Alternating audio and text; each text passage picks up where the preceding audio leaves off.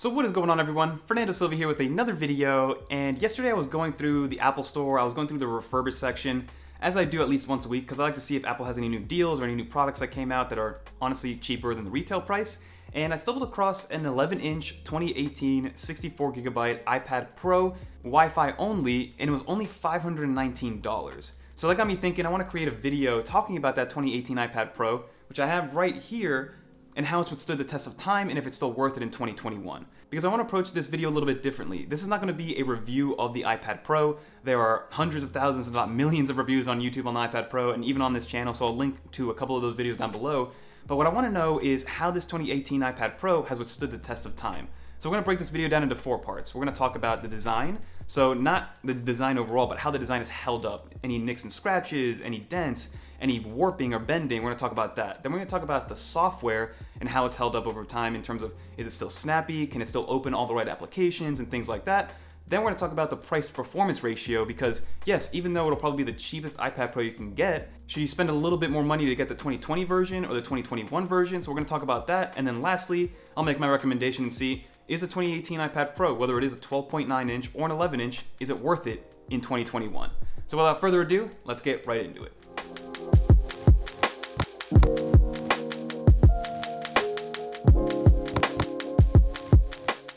So here we have the 2018 11-inch iPad Pro, and the first thing that we're going to talk about is that design, right? But the first thing that I do want to mention is, yes, I'm very used to a 12.9-inch iPad Pro and making that my laptop replacement, so I always use it at a desk because the 12.9-inch iPad Pro on its own isn't super comfortable and portable, but this 11-inch, if you need a portable tablet, this thing is very portable, very light, like I'm just flinging it around, no big deal, and that's the first thing that I'm going to say about the 11-inch. It's a very portable tablet, and it does live in purses, in bags, a lot of the time. And also, shameless plug, if you guys like this wallpaper, check the link down below. We just released a nice little wallpaper pack. So in my opinion, the design has withstood the test of time, not only from an aesthetic standpoint, but also from a durability standpoint, right? So I'm gonna show you guys all the nooks and crannies of this iPad Pro in B-roll and show you guys that there's very minimal damage on it. There's some scuffs and scratches maybe on the shinier part of the Apple logo, just from overtime use. You know, there's a couple of little, not even dents, just like little nicks on the side, on the railings and things like that.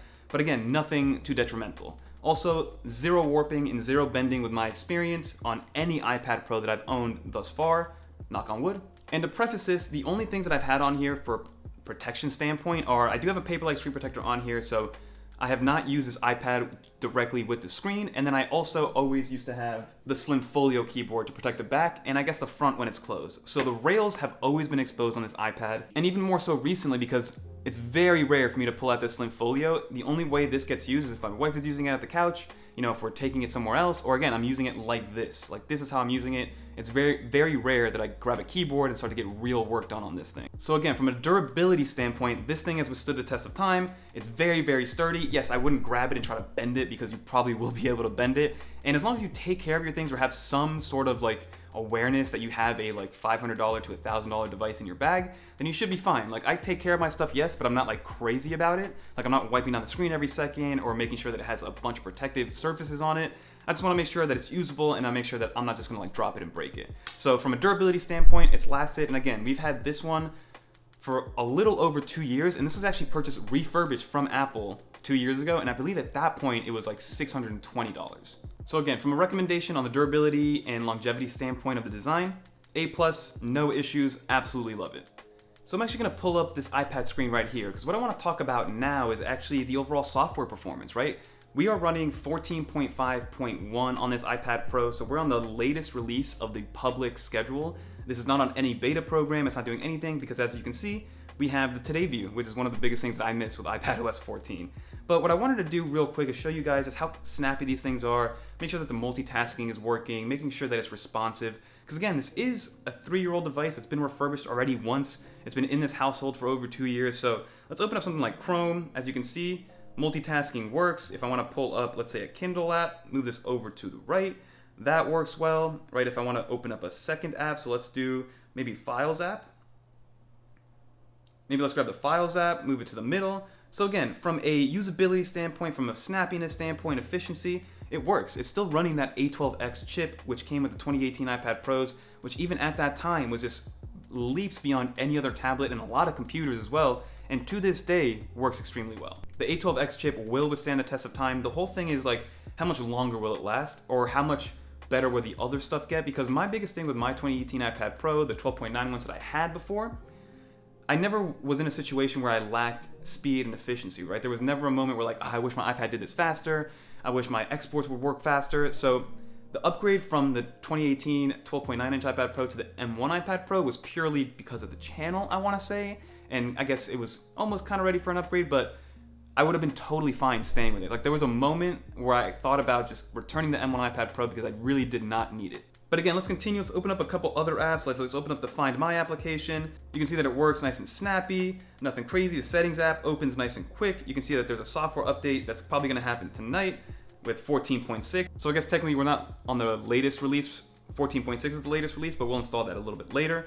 But you can see that's snappy, right? You still have that ProMotion display, so it moves super quickly. Sorry if it's not translating well on the screen recording because the screen recording is a little bit different, but you do get that ProMotion display, that liquid retina display that's just beautiful. And again, yes, I have a mini LED display now, but it's really not that different. And if you have never owned an iPad Pro, then this thing is gonna be amazing. And that is my general consensus with this M1 iPad Pro. If you have an iPad Pro already, whether it's 2018, 2020, or any size variant, then you don't need the M1 iPad Pro. That purchase will only be needed if you need 5G and if you need that mini LED, or if you need that Thunderbolt, because otherwise, this thing is gonna give you a one-to-one experience that you would get on the M1 iPad Pro. And now let's talk about this price to performance ratio, because again, right now, if you wanna get an 11-inch iPad Pro, you're spending $800, $799 for a 128 gigabyte variant. Now, what does that get you? That gets you the same sweet technology from 3 years ago. You do have the ability to add 5G, but you're adding $200, so we're not even gonna count that because we're comparing the base models. And then the only upgrade that you get between the 2018 and the 2021 is the M1 chip that's in there, which pretty much follows the same design structure as the A12X and A12Z. And then also you do get a Thunderbolt port. So if you need a Thunderbolt port, then yes, you're gonna have to go with the 2021 iPad Pro. But for $520, you can get the same exact experience on a 2018 iPad Pro. Now, yes, you're dealing with a 64 gigabyte model, not 128. I do wish they had a 128 model, but 64 gigs is enough. As you guys can see, there's a ton of apps on there. Yes, some are floating in iCloud and things like that, and I have to bring them back down when I'm using them. But again, 64 gigabytes, if you're just using it as like a consumption machine, as an entertainment machine, just something to surf the internet and things like that, you'll never go above that 64 gigabyte point. But if you are actually doing a lot of intensive tasks on it, it'll work with your intensive tasks, but you're gonna need to find more storage than 64 gigs. So I do think that the sweet spot is actually finding a refurbished 256 gigabyte version of the 2018 model, because I think that runs you at $600, maybe even a little bit less through the refurbished store. So I think that is a perfect price to performance ratio standpoint. But again, you really cannot go wrong. $520 for this iPad Pro, and you can probably find a 2020 refurbished, even though those are a little bit harder to find right now on the Apple Store. I mainly see 2018 refurbished models, and I think the 2020 models will probably go from anywhere from $650 to $700 to start. So at that point, maybe you are better off just spending another $100 and getting the M1 version. But again, for $520, this iPad Pro should last you for the next 3 to 5 years, right? Because think about it, even the first generation iPad Pro from 2015 is getting iPadOS 15. So think about that for a second, just how powerful that update schedule is and that willingness to accommodate older devices from Apple. That is a huge, huge selling point when dealing with these older iPad Pros. So let's talk about my verdict, right? My verdict with this iPad Pro is that yes, if you can find it through the Apple refurbished store, if you can find it through a certified reseller for $500 or less, we'll say like $525 or less, then pull the trigger if you need an iPad Pro. Because again, if you don't have an iPad Pro, then any of those iPad Pros, whether it's 2018, 2020, or 2021, you're gonna have an amazing experience with it. But if you have a 2018 model already or a 2020, you don't need to upgrade to the M1 at all. This is mostly for those people that are looking to get into the iPad Pro game, but don't wanna spend $800, $1,000, $1,200 on an iPad Pro and can get away with $500. Like, I'm telling you right now, like the moment LumaFusion adds external SSD support, which should come soon, this thing will be a LumaFusion workhorse for anybody. Even at that 64 gigabyte model, you'll be able to edit in 4K, 60 FPS, and export in real time, no problem. So that is my 2 cents on the 2018 iPad Pro in 2021. I think it's worth it if you're in the market for an iPad Pro, because again, unless you need Thunderbolt, 5G, or mini LED, there's no reason to even think about going with the M1 iPad Pro. But that's gonna do for this video. Hopefully you guys enjoyed. Don't forget to check out channel sponsor Paperlike for always keeping us protected and hooking the channel up. Also check out Tiny Rigs. All links in the description below. These are all accessories that'll kind of just help your experience with the iPad Pro, especially in the very beginning when you're first getting started. Like I said, don't forget to like, comment, subscribe. We did create a new little wallpaper pack if you guys want to try it out. It's down below as well. But until next time.